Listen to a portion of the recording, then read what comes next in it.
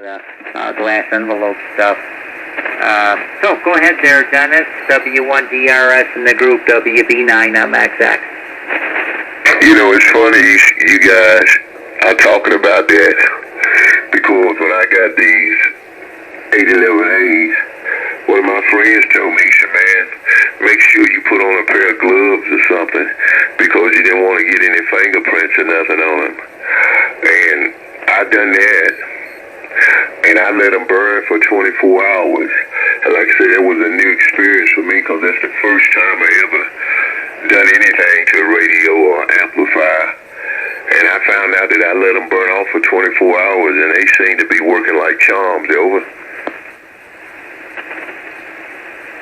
Yeah, Q-Cell, it's the sodium in your fingers that reacts with the heat, and it'll ruin a light bulb.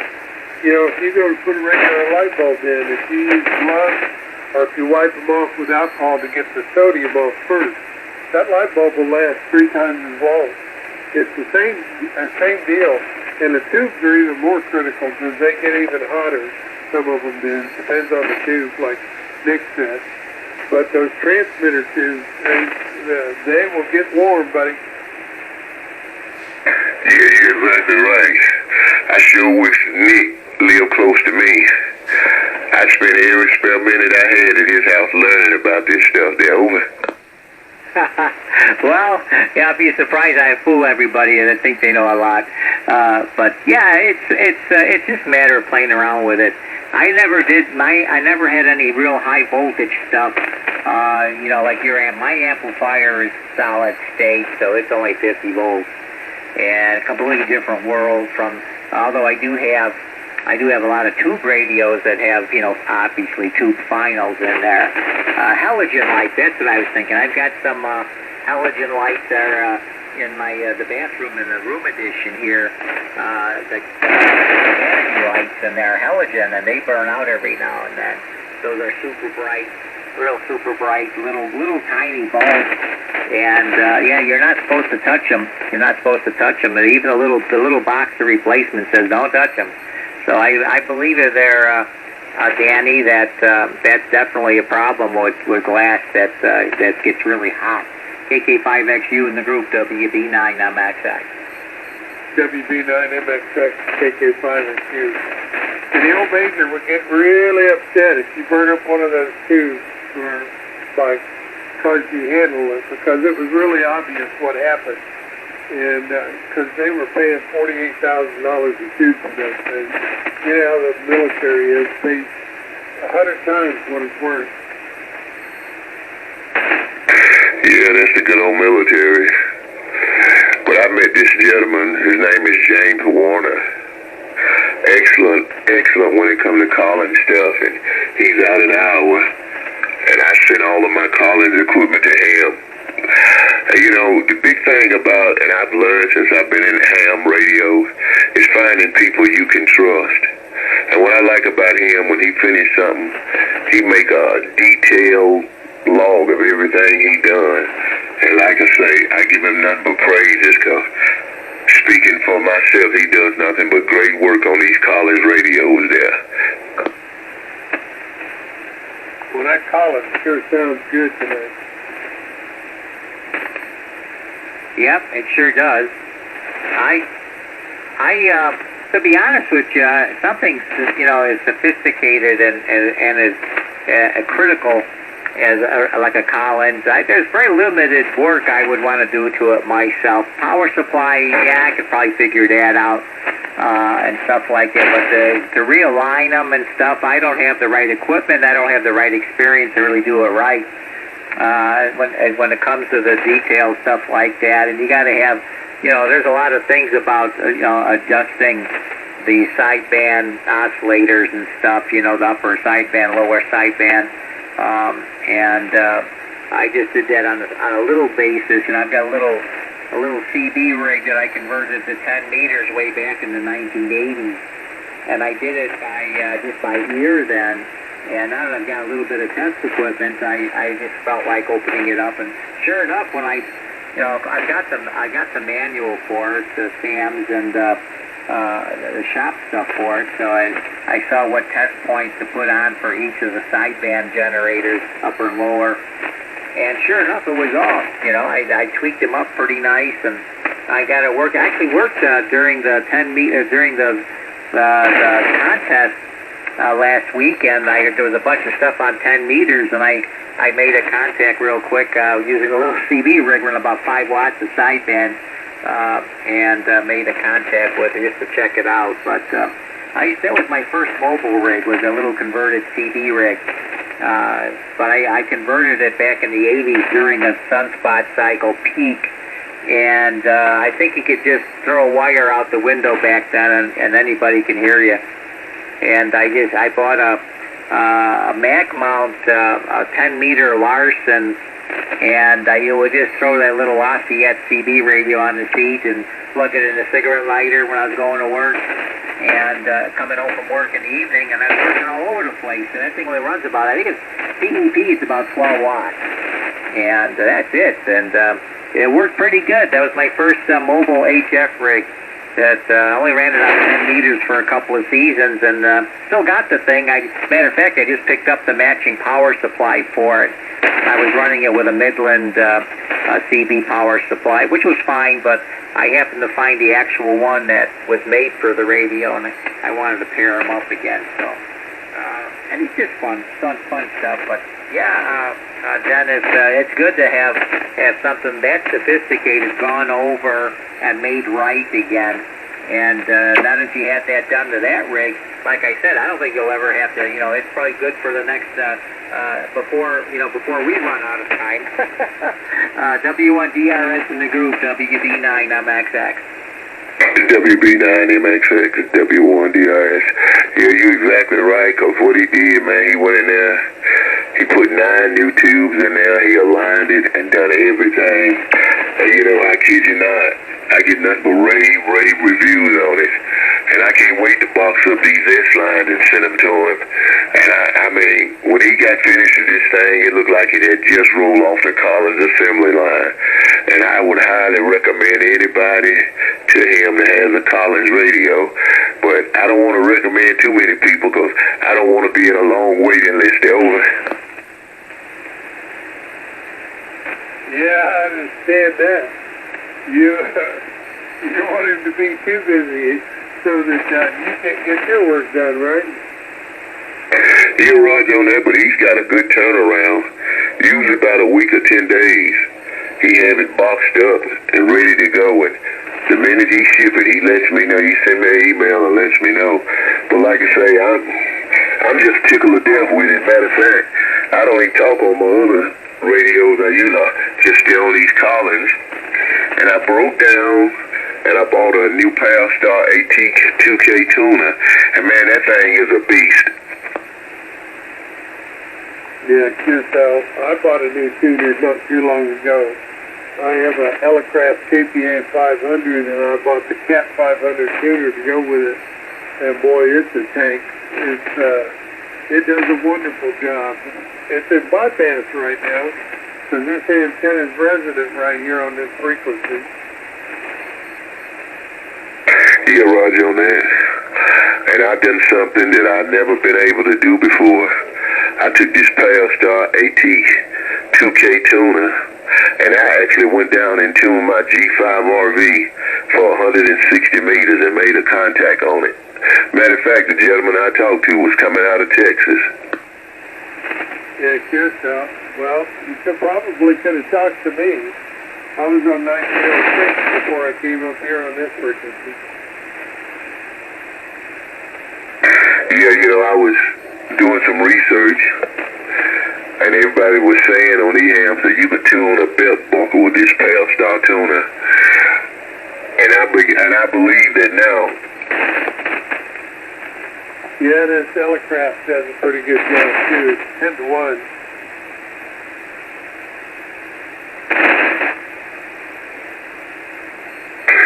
Yeah, after this, I'll never own another MFJ tuner in my life. Go ahead, Dick. Well, I've only got one, and that's the 300 watt job that I built. Actually, they sell that version as a kit, and my wife bought me that some years back. I got that downstairs on my vintage station shack, and I don't have any linears down there, so I don't need a higher power tuner. Actually, that one works pretty good. I haven't got anything it won't tune, but they sell it as a kit. I forget the model number, but that's the only one they sell. They sell it as a kit, and I like building kits, so my wife picked that up for me, and I had fun putting it together, and it's and not bad. And then I've got my Drake MN4 tuner I've had since the 70s. I bought that new, and there's not much it won't tune either, but it's only 200 watts. I can't use it with the amplifier here. I've got an LDG AT1000 auto tuner, the old version, the original version, and it works really well in every band except 80 meters. It's some parts of 80 it tunes, and some it's kind of, I guess the way it works is a little finicky on 80. Sometimes it gives me trouble, sometimes it don't. Depends on what frequency I'm on. So I'm thinking about replacing that with something newer, a more new one, something that's got probably more refined. But other than that, I don't really need a tuner very often, just to get on 17 meters and to cover all of 80 meters. That's the only time I need a tuner. So, and it tunes up on 17 meters real fast, no problem there. And it'll handle the amplifier. So I bought it used some years back, and it's in pretty nice shape. But yeah, these newer ones that are coming out now, like the one Danny got, and there's a few others out there. They're pretty nice. They've come a long way with this automatic stuff. Go ahead there, Danny. WB9MXX. Hey, Nick, I got a question. So your antenna, your vertical, are you able to run your amplifier without a tuner all the way across 40 meters with it? Yeah, my worst SWR in 40 meters at the very tips of the band is about 1.4 to 1, good. Well, that's pretty good. That means no tuner required at all, huh? Yeah, here on 40, no tuner at all. The antenna is a little bit of a compromise on 80 meters. It's a little bit small for 80, but I get about 90 kcs of usable bandwidth, and if I go outside of that, I'll need the tuner, especially with a solid state amp. My rig's internal tuner, if I'm running barefoot, tunes up anything. Anywhere I go at 80 meters, this rig tunes it up. But I have to run barefoot, and that's not usually a good idea on 80 meters with all that noise floor there, Danny. Good. Yeah, QSL. Well, the internal tuner on the radio here will tune all the bands 163.6 on this loop. But,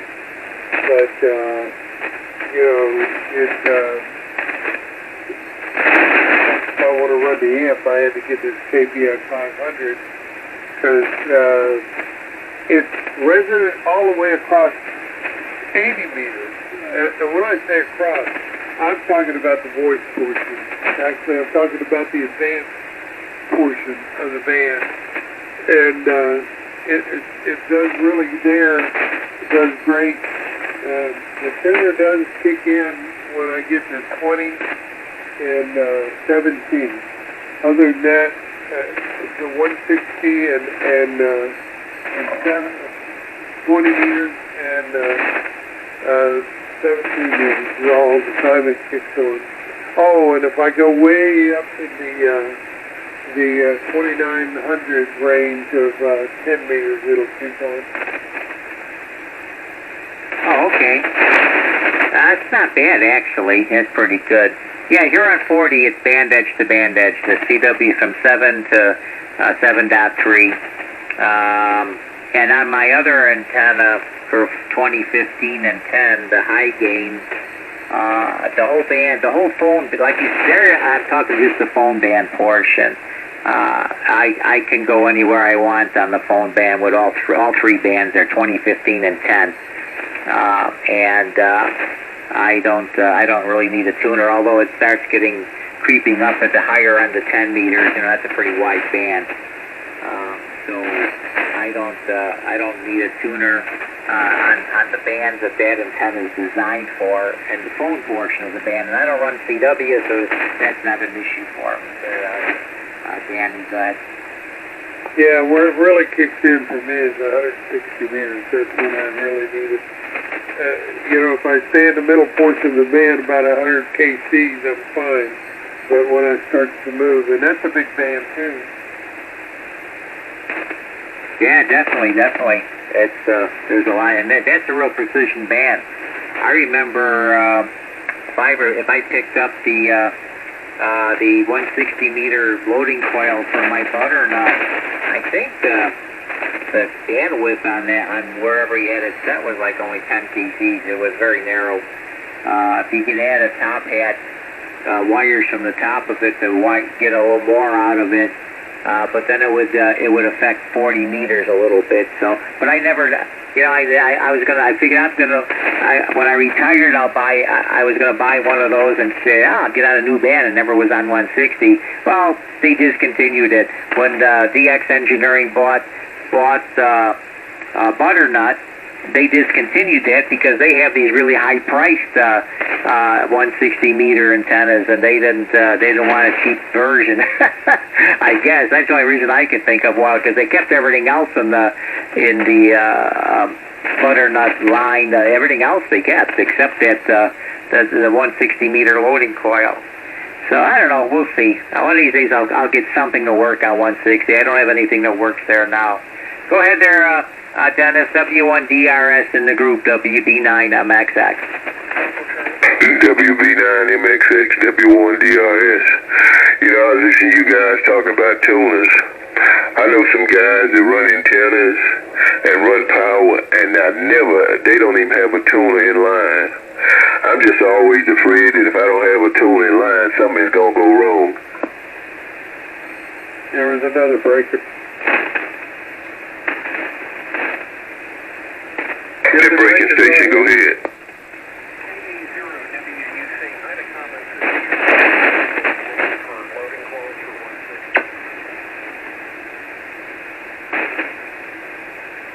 Nick, he's talking to you. Oh, I can tell he's there, but I can't copy him very well. 80 and I get the rest of the call. WB9MXX. Go ahead.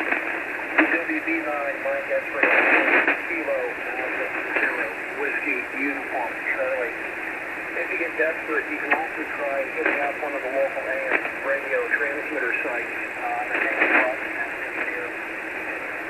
The loading calls we use for AM towers for 160. Oh, okay. I'll give that. We got an AM station here in town. I live just I'm just outside of Kenosha in southeastern Wisconsin.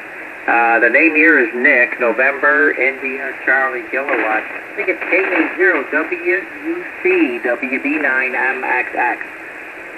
Yeah, okay. In Kenosha, I got family from Sunny up there in Baraboo, just north of Madison, so kind of know the state. All right, I'll go ahead and look back out. I appreciate the intrusion, but just want to say that this is some of the AM guys and see if they got loading calls you want to get rid of.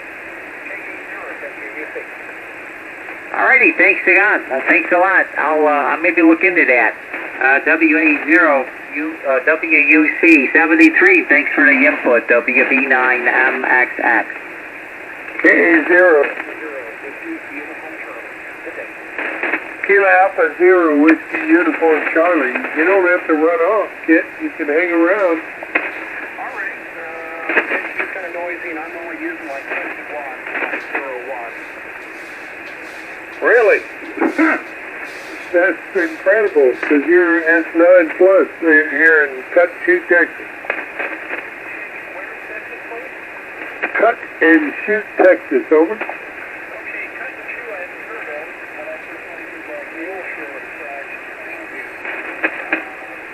Where is Cut and Shoot at? I've also heard of like... No, you got it wrong. It's cut like a knife and shoot like a gun. Cut and Shoot, Texas. It's 50 miles north of Houston, over. Wow.